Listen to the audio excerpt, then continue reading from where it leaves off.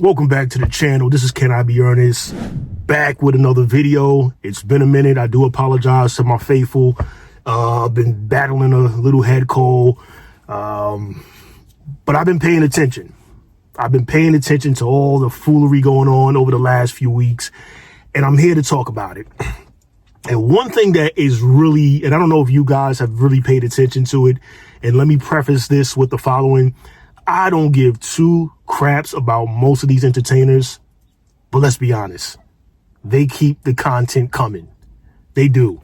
And they give people like me more things to talk about. So I applaud you guys for the stupidness going on. But one thing I'm noticing that's really got me scratching my head is how the black community seems to be at odds, in particular when it comes down to media. I've never seen anything like this. Maybe it's because we have more platforms for people to just start, bloviating out the mouth. 20, 30 years ago, nobody was podcasting like that. You had to be kind of like college educated and had some kind of broadcasting credentials to call yourself a broadcaster or a journalist. Now all you got to do is turn on a microphone and get a fancy little green screen backdrop and voila. And I'm not mad at that. I'm not mad at that. I don't think you have to go through all these walks to, make a living. We should all be able to do certain things. You should be good at what you do as well. You shouldn't just be able to make $1 that quick because you're riding a trend or whatever the case may be. There's levels to this. But I'm noticing now you have many people, in particular black males, in different walks of entertainment, button heads.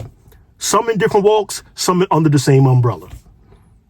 Perfect example right now is we have Cameron, who is known for his rapping over the last 25 years. But we have Cameron at odds with Chad Ochocinco Johnson. It bothers me that two guys, in their mid to late 40s, who have seemingly made riches in their respective lanes, can't get along. Chad Johnson made good money and was a frugal person throughout his playing days with the Cincinnati Bengals. And Cameron, has done his thing over the last 25 years. We know a lot of their stories, those of us who follow hip hop and in sports. We know their stories. But these guys can't get along. I don't know if it's the crab in the barrel mentality. I don't know what it is. But it's like, why? Why are we always at odds? Everyone's making money. Everyone's able to feed their families, support their families. And yet here we are on these platforms, just, disguising it as content, as entertainment, and realistically, people just don't get along. And I don't know if this happens with other ethnic groups. I know when it comes to white media, it tends to get like this when it's political season. But once the politics die down, so does everything else. For the most part. Like, we don't see Joe Rogan at odds with this podcaster. We don't see those things. It could happen behind the scenes, but we don't see it as much. And again, don't get me wrong. I'm not one of those types who believes everyone needs to get along. Kumbaya, just because we have the same color or the same background. It's just not reality. You're going to be at odds with people because we're all different. We're all individuals. Just going to be certain things you don't like about somebody else.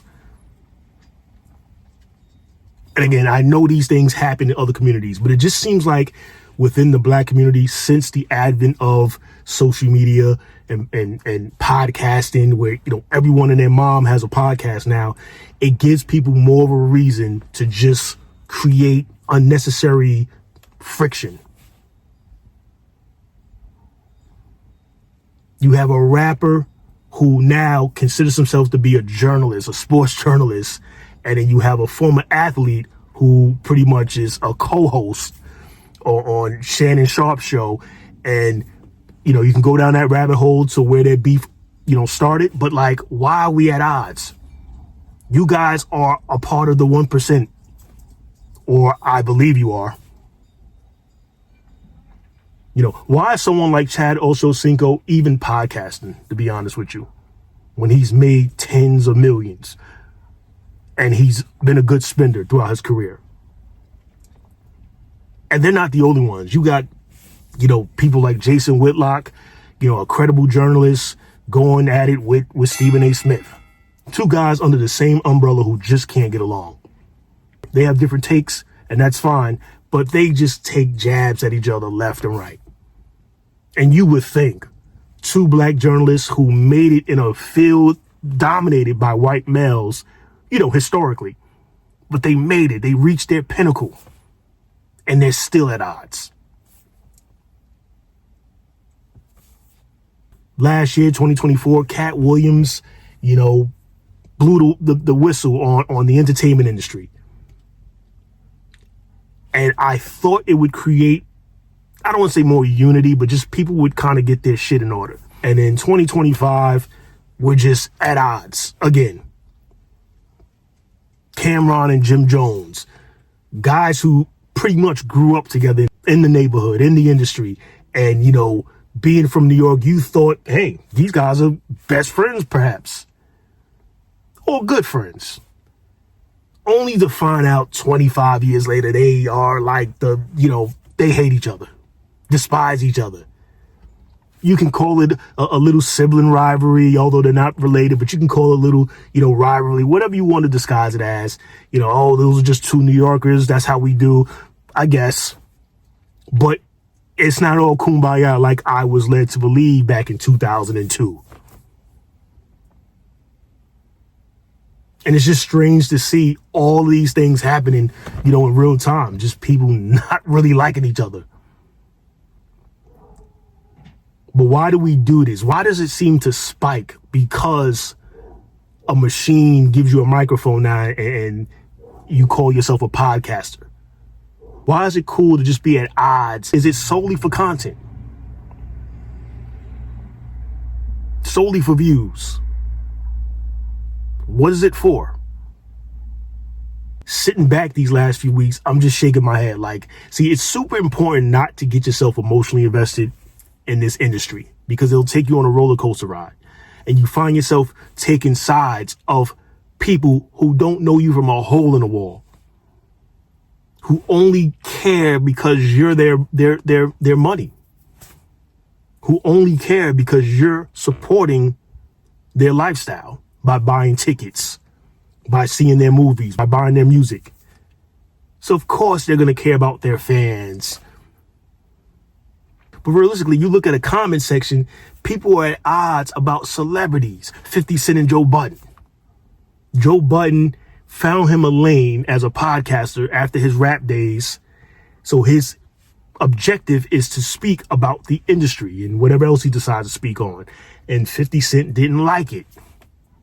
So now 50 Cent is at odds with him and creating AI images of Joe Budden, being naked and all this weird stuff. And Joe now issuing a possible lawsuit, and everyone's at odds.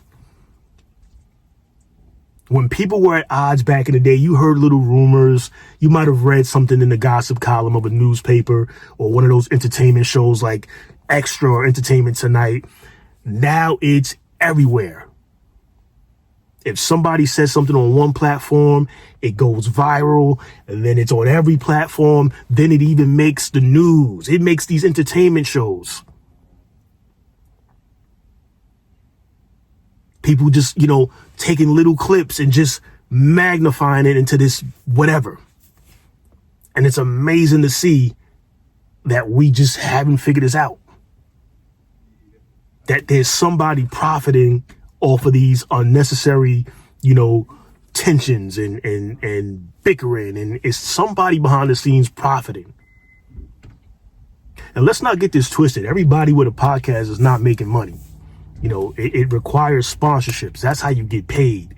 So yeah, it's cute to just be able to press record and get a microphone and a pretty backdrop and call yourself a entertainment journalist or a podcaster. It's cute and all, but what are we really doing? And again, I'm not complaining. These ignorant entertainers create controversy and create talking points. So it helps people who are out here trying to, make a name for themselves on the content side of things. But like, what are we doing with the constant bickering left and right? And nobody putting their foot down. Nobody saying, you know what? I'm not going to partake in this. This is foolishness. I'm above this. And again, I'm not here to say no other group does this, but it just seems to me that they don't put it out there for the masses. We do. Nobody wants to pick up a phone and say, hey, I don't like what you said. I need some clarity or some context. You're DMing me your beef. You're putting pictures of me on your IG and with captions for all the world to see, so strangers can make comments on. And listen, you got a problem, call me. What, these entertainers suddenly don't have each other's phone numbers? It's weird that the way to resolve a beef is to DM somebody. Things can get misconstrued reading. You know how many war words I've had just texting because someone misunderstood something? You don't want to hear my voice for clarity's sake? If you're an entertainer and beefing and got millions of people out here throwing shots at you and offering opinions and unfair opinions at that. So we got to do better. We got to do better. This crab in a bucket mentality, we've got to do better. Everybody is at a level in this entertainment industry, for the most part, is at a level where, they're making money. Whether it's 6 figures a year, 7 figures, 8 figures, somebody's making money. You guys should be fine. There should be no type of bickering going on. For what? For what? What are we mad about? Your family's good. Your children are probably good. What are we talking about? Some of these people have been making money for 20 years, 30 years. Money that some of us will probably never see in our lifetime. But they're mad. It just goes to show you that just money doesn't equate to happiness. Someone's always going to be out here upset about something. So if you're trying to get into this industry and you're on the rise, keep a low profile. Keep a modest following, keep a low profile, and be okay with that. Because the moment you try to make a name for yourself and you become larger than life, you are now becoming a target. Chad Johnson and Cameron, although they may have similar stories on their upbringing, maybe poverty stricken, one in New York, the other one in Florida, these guys have similar stories to stardom, and in modern time, in their late 40s, are beefing because now they're in the podcast game. They didn't beef back in the day when one was rapping and one was playing sports.